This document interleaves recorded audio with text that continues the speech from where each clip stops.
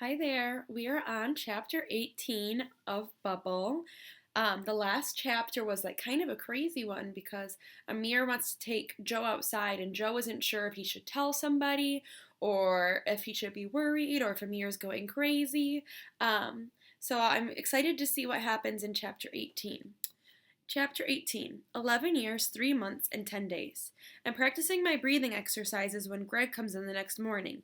His eyes are red and his face is white. He looks like he's been up all night. He sits down beside me and leans forward with his elbows on his knees. Much happening, mate? He nods at the screens. Nothing much. Keith kissed Julie, and I saw you fall off your bike when you turned the corner this morning. Greg tuts. It was the bloody cones, mate. Somebody's got to move those during the night. That was Terry. I point to screen 4. He's in charge of traffic lights and cones. Ha, have you given everyone names? Of course. Go on then, let's hear them.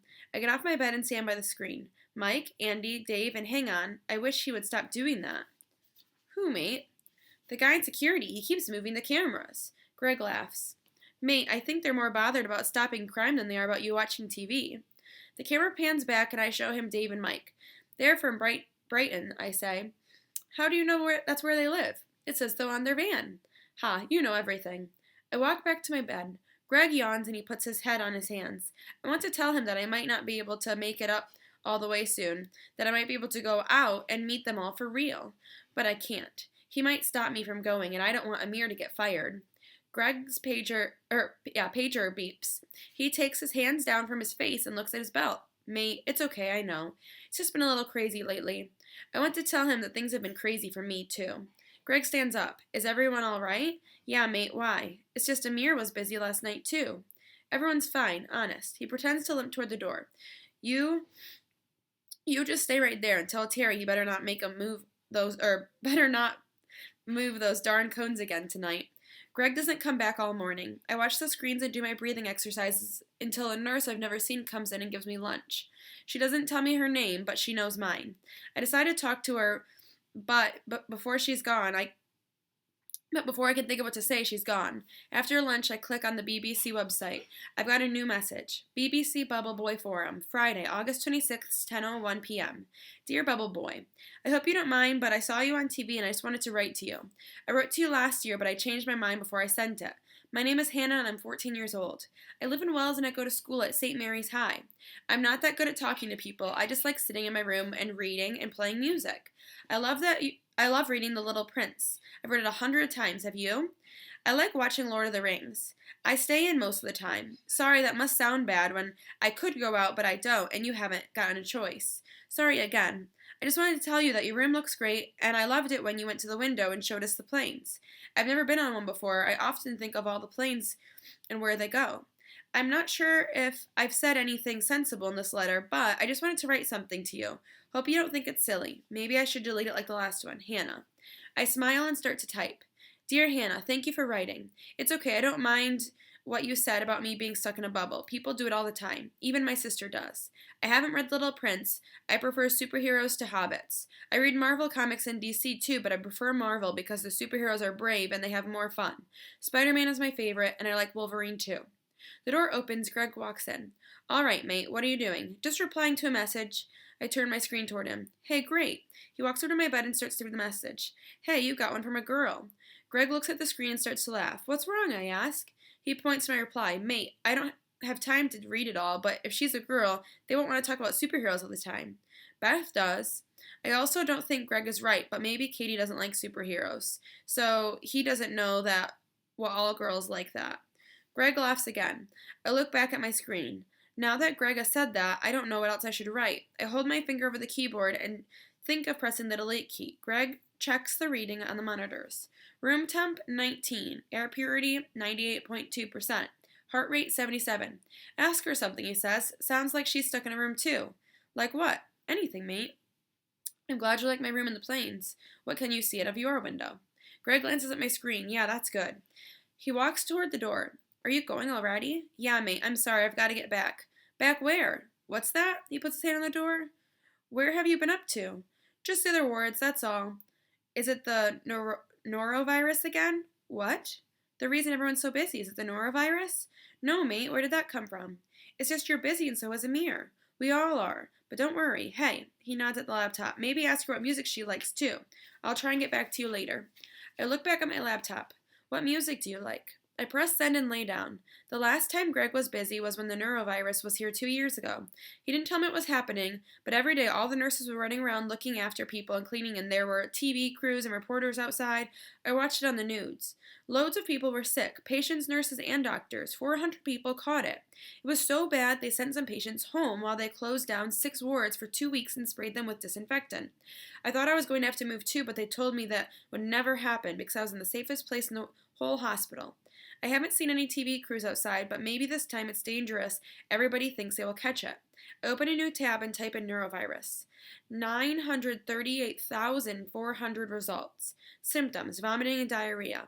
I can't see anything about the neurovirus here. My laptop beeps. I glance on the corner screen. Hey Joe, what are you doing? Looking up neurovirus. Crap, have you got it there? No. I scroll down. But 300 people have got it in the south of Wales. How far is that? Hang on. 220 miles. That's close. Is it? Well, it is over here. It's got to go over the bridge to get here. Would that stop it? Think it travels in the air, not by road. Ha. Pigeons. No, don't think so. What does it say? It says it spreads from person to person by the fecal-oral route. Sounds like toothpaste. This is serious. I don't want to go outside if it's here. Sorry, I'm sure it's not. So, you're definitely going? Yes, I think so, tomorrow. Amir left me loads of instructions. I've got to memorize them. Cool, what time are you going? 4 o'clock? Same time as me. Really? Yeah, NASA just told me. Countdown to 4 p.m. No, I'm going 4 in the morning. What? That means you go before me? I know. You can tell me about it before I go. No, don't tell me. Might spoil it? Yeah, you won't be able to get to me anyway. I'm on the news blackout like it's top secret. Only people who can get me are like Mom and Dad. Okay, chat after. Can't wait. Me neither. I smile. After worrying about everything, I can't wait to go. I tell Henry what's written in Amir's notes, how much air I've got, and that he's worked out that I can take 4,576 breaths in 3 hours and still have some air left. Henry tells me NASA worked that out for him too, but he hasn't seen the data because all the scientists have it protected on their laptops, and they all have to scan their fingerprints to access it. I tell him that I don't know where I'm going, only that I won't be able to see much at first, but it will get light out. Hey, Joe. Maybe he's taking you out for breakfast at McDonald's. Ha. That's what I'm looking forward to most. Burgers and chips at McDonald's. NASA told me they're going to be special sterilizing units to cook in it. Really? No, I made that bit up. Ha. What are you taking with you? I don't know. Thinking. I look around my room. When people go on a trip, they usually know where they're going. They take sandwiches and drinks and eat them in the car, or they go and sit on a blanket in a field.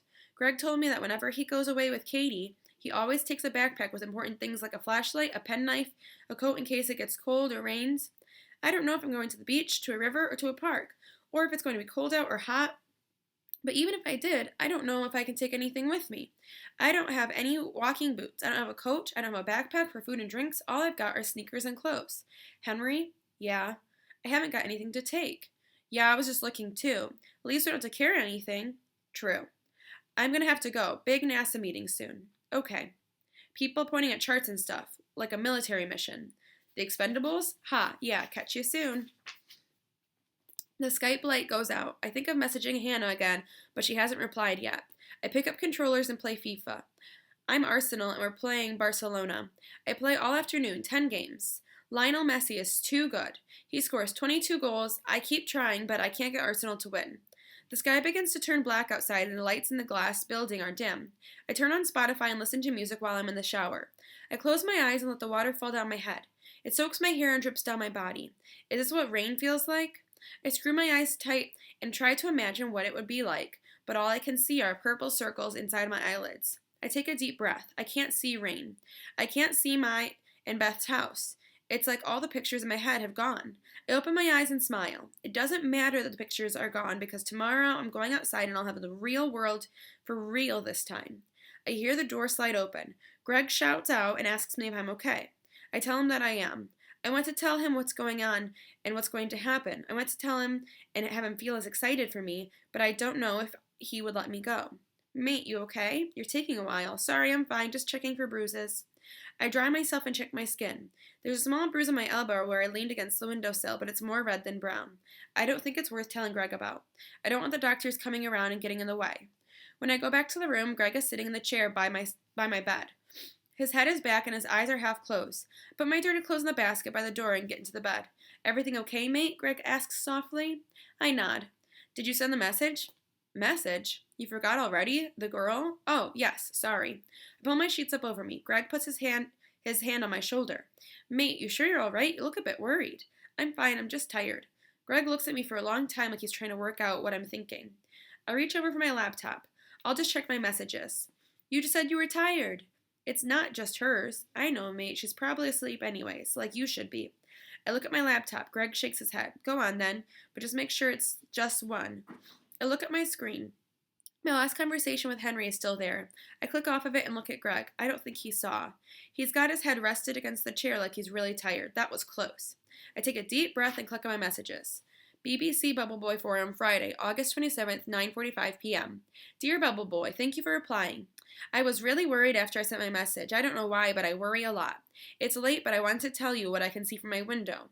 When it's raining, all I can see is rain. But when it's sunny, I can see across loads of fields. The land is really flat, and it goes for miles and miles into suddenly a big hill on top. It's made of stone, but sometimes it shines like glass. I wish I could look at it all the time, but at night when I look out, all I can see is black. I've got to go. It's nearly 10, and I haven't been to the bathroom yet. I said I wouldn't write much. Did I write too much? Hannah. P.S. I like Wolverine too. I smile and turn my laptop to Greg. He's leaning forward with his elbows on his knees and his head on his hands. You were wrong. Greg doesn't move. I tap him on the shoulder. What's that, mate? He looks up and pulls his hair out of his eyes. You were wrong about girls not liking superheroes. Hannah likes Wolverine. That's good, mate. Greg puts his head back on his hands. His eyes were watering just like he yawned. I asked him if he's okay. Yeah, mate, I'm just exhausted. He reaches behind him, turns the switch, and dims the lights. I rest back on my pillow. Greg does look tired, but I don't think it's just that. I roll over on my side. Is Katie okay? Greg sighs. Yeah, she's fine, mate. What about everyone else here? Sorry, mate, I think I need to go. He stands up. I'll catch you the day after tomorrow. I don't know what to say. The only person I've ever seen cry is Beth. All the other have been on TV. I swing my legs over the side of my bed. Can you tell me what it is? Greg shakes his head. No, mate, we're not supposed to. I look down at the floor and back up at him. I think I know. Yeah, I think you do. My throat throbs and my eyes begin to water. Greg puts his hand on my head. Get some sleep, mate. Big day for your friend tomorrow. I close my eyes, lie down, and hear the clicks of the door as Greg goes out. I roll over to my side. It's a big day for both me and Henry tomorrow, but I don't care about it anymore. A tear falls down the side of my face onto my pillow. I never got to meet him, but it feels like I did. I close my eyes tight. I think the Billard Ball Boy kid has died.